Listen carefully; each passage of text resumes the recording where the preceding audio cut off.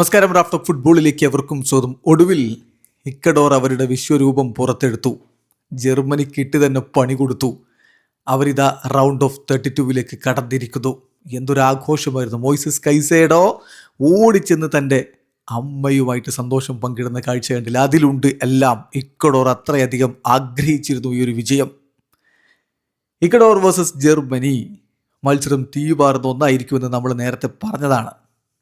അത് ഇക്കഡോറിൻ്റെ കളികൾ കൃത്യമായിട്ട് ഫോളോ ചെയ്യുന്നവർക്കൊക്കെ അറിയാം. കഴിഞ്ഞ വേൾഡ് കപ്പിൽ തന്നെ അവരുടെ ടീം കളിക്കുമ്പോൾ ഈ ടീം അടുത്ത വേൾഡ് കപ്പ് ആകുമ്പോഴേക്കും മികച്ച രൂപത്തിലേക്ക് മെച്ചൂർഡാവും, സൂപ്പർ ടീമായിരിക്കും എന്ന് പല ഫുട്ബോൾ നിരീക്ഷകരും പറഞ്ഞതാണ്. പിന്നെ സൗത്ത് അമേരിക്കൻ മേഖല വേൾഡ് കപ്പ് ക്വാളിഫയറിൽ അവർ ബ്രസീലിനോടും അർജൻറ്റീനയോടും ഒക്കെ പോരാടിയ പോരാട്ടങ്ങൾ കണ്ടാൽ മനസ്സിലാവും. പക്ഷേ പലർക്കും ഇക്കഡോർ വേഴ്സസ് ജർമ്മനിയോ ഇതൊക്കെ ഒരു കളിയാണോ എന്ന ആറ്റിറ്റ്യൂഡായിരുന്നു. അത് കളി കൃത്യമായിട്ട് ഫോളോ ചെയ്യാത്തവന്മാർക്ക് തോന്നുന്നതാണ്.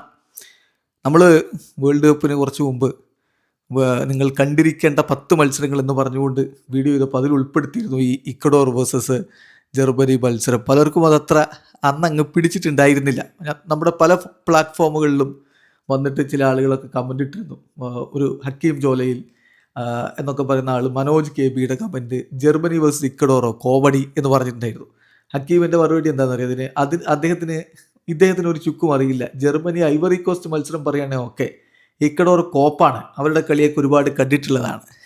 വേറൊരു സൈനുദ്ദീൻ കെ വി നിനക്ക് ഫുട്ബോളിനെ കുറിച്ച് ഒരു ചുക്കും അറിയില്ല എന്നൊക്കെ പറഞ്ഞിട്ട് ഈ ഇക്കഡോർ ജർമ്മനി മത്സരം പറഞ്ഞതുകൊണ്ട് പ്രതികരിച്ചിരുന്നു. വേറൊരാൾ ജർമ്മനി ഇക്കഡോർ മത്സരമൊക്കെ ഏകപക്ഷീയമല്ലേ എന്ന് പറയുന്നതൊക്കെ കണ്ടു. പക്ഷേ അത് ഈ 4 കൊല്ലം കൂടുമ്പോൾ മാത്രം കളി കാണാൻ വരുന്നവർക്ക് തോന്നുന്നതാണ്. ഇക്കഡോർ മികച്ച ടീമാണ് എന്ന് കളി കൃത്യമായി നിരീക്ഷിക്കുന്ന ആർക്കും മനസ്സിലാവും.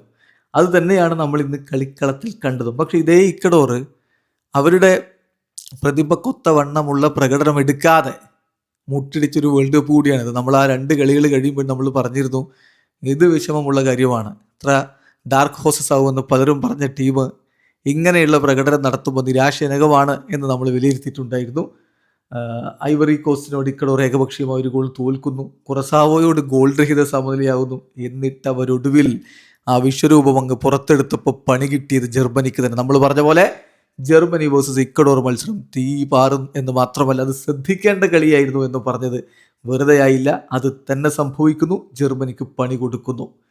നല്ല ടീമും കൊണ്ട് തന്നെയാണ് ജർമ്മനി ഇറങ്ങിയത്. കായ് ഹവേർട്സും ലിറോയ് സനയും ജമാൽ മൂസിയാലയും ഫ്ലോറിൻ ബേർട്സും ഒക്കെ ആദ്യ 11 തന്നെ ഉണ്ടായിരുന്നു. മറുഭാഗത്ത് എന്നർ വലൻസിയയും പ്ലാറ്റയും അതുപോലെ കൈസേഡയും ഒക്കെ ചേർന്നുകൊണ്ട് ഇക്കഡോറിൻ്റെ മുന്നേറ്റങ്ങൾ നയിച്ചു. കളിയുടെ 2ാമത്തെ മിനിറ്റിൽ സനയിലൂടെ ജർമ്മനി ലീഡെടുത്തതാണ്. പക്ഷെ 9ാമത്തെ മിനിറ്റിൽ തന്നെ അങ്കൂലോയിലൂടെ ഇക്കഡോർ ആ ഗോളിന് മറുപടിയും കൊടുത്തു.